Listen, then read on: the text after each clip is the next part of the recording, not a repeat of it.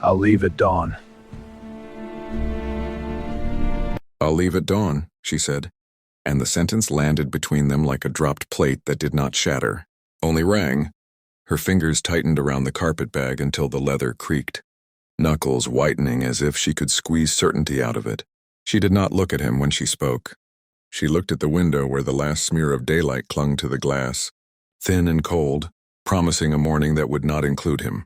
The room smelled of dust and coffee grounds and the faint animal warmth of wool. It was a ranch house room, spare and squared by use, not meant for confessions.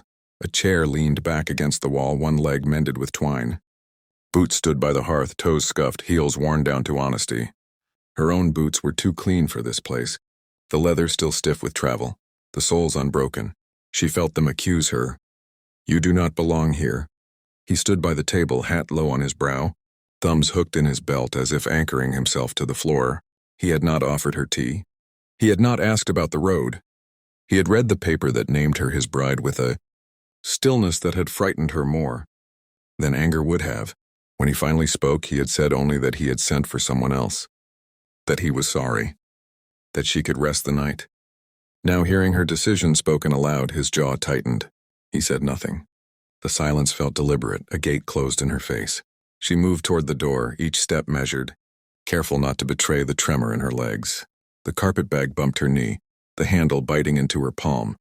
She imagined the dawn, pale, empty, a long road that would swallow her whole. She imagined the town she had left, the whispers that had followed her to the train. She imagined the letter she had folded and unfolded until the creases wore thin, the promises inked by a man she had believed existed. Her hand reached for the latch. The sound was sudden and final.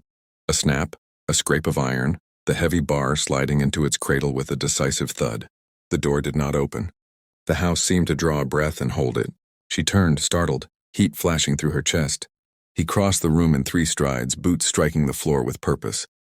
He set his shoulder to the door and leaned into it as if the night itself pressed from the other side. Not alone, he said.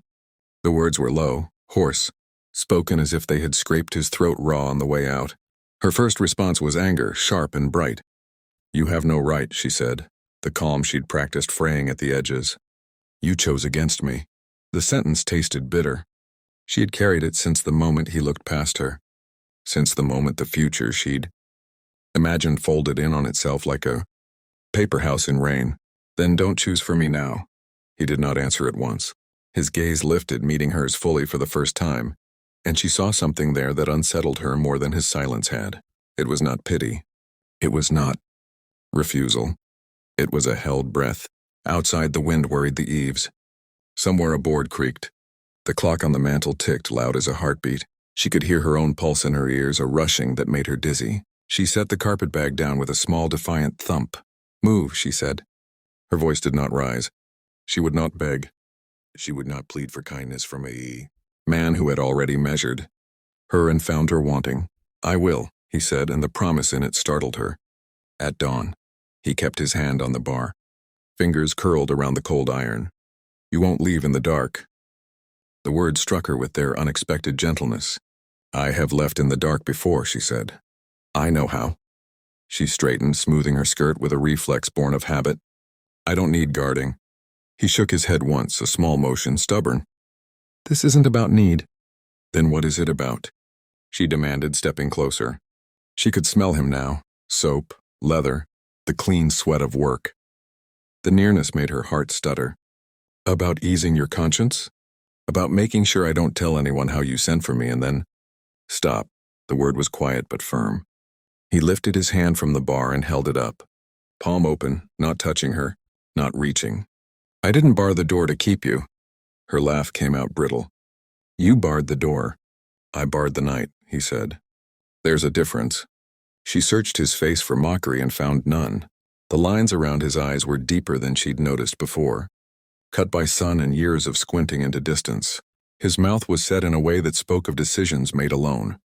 You can hate me in the morning, he went on. You can walk out with the light and never look back.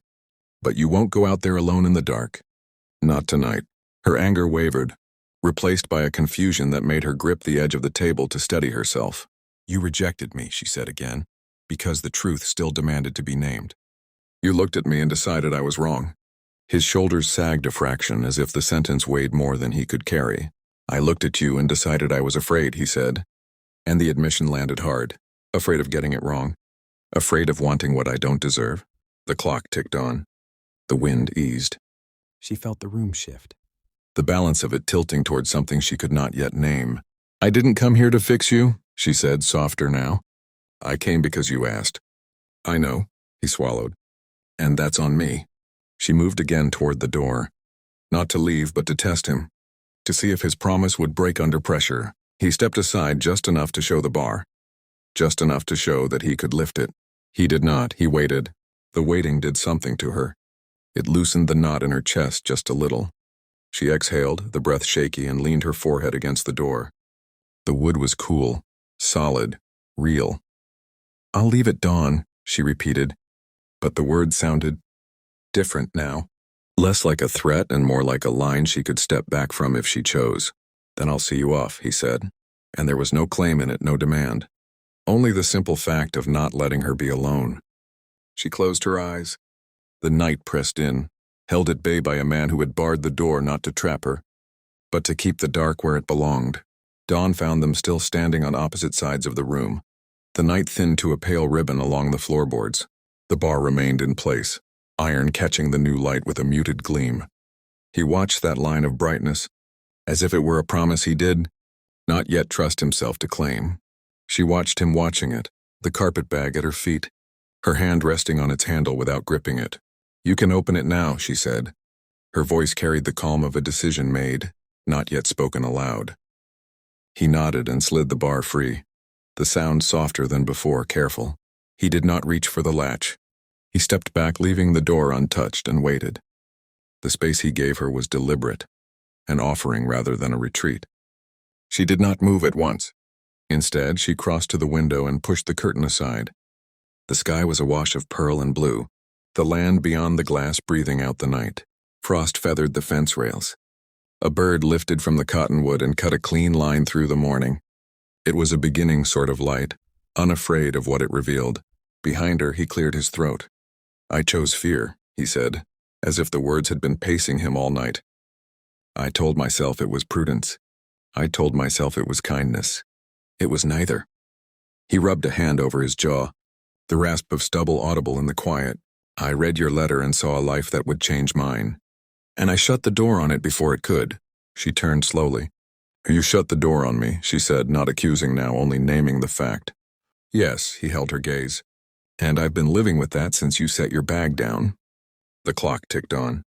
The house felt different in the daylight, less cavernous, more honest. She picked up the carpet bag and carried it to the table, setting it down as if placing a marker on a map. "I don't want a story where I am the woman who waits for a man to decide. She is enough," she said. "I came because I was willing. I stayed the night because I was proud. If I stay now, it will be because I choose to." He nodded again, the movement steady. "That's the only way I want it." He walked to the door and opened it wide. Cold air spilled in, clean and sharp. The land stretched out, waiting, the road a pale ribbon leading away. He stepped aside completely. One hand braced on the frame, eyes on the horizon rather than on her. "If you go," he said, "I'll stand here and watch you until you're out of sight. Not to keep you, to witness it." She felt the weight of that, of being seen fully even in leaving. She took 2 steps toward the threshold, then stopped. The frost bit her lungs. The morning was beautiful and unforgiving. She imagined the road again, the ache of starting over, the strength it would take to carry herself back into a world that had already judged her once. "Say it," she said quietly. He turned. "Say what?" "Say what you want," she said. "Not what you think is right. Not what you think I'll accept." His breath caught. For a long moment, he said nothing, and she feared she had asked too much, too late. Then he spoke, the words plain and unadorned. "I want you to stay," he said. "I want to learn how to be brave enough for that. I won't promise ease. I won't promise certainty. I can promise this: I won't bar the door again unless you ask me to." A smile tugged at her mouth before she could stop it, small and surprised. She set the carpet bag down again, this time farther from the door. "I won't stay on a promise of courage you haven't yet proven," she said. "But I will stay on the proof you've already given." He frowned, puzzled. You listened, she said. You moved the bar and didn't touch the latch. You opened the door and let the morning decide. That's not nothing. The wind stirred her skirt. He waited, as he had all night, letting her choice unfold at its own pace. She crossed the room and stood beside him in the doorway, looking out together. The land did not change because of them. It simply existed, vast and honest, asking to be met as it was. I won't be alone, she said, echoing his words from the night before. But I won't be owned either. Agreed, he said, and the relief in his voice was unmistakable. We'll build what comes next with the door open. She stepped back into the house, just one step, then another. He followed, closing the door gently behind them, not barring it, not claiming it, only setting it as it had always been meant to stand. The clock ticked, the light spread, and in the quiet that followed they stood side by side, neither rescued nor rejected, both chosen.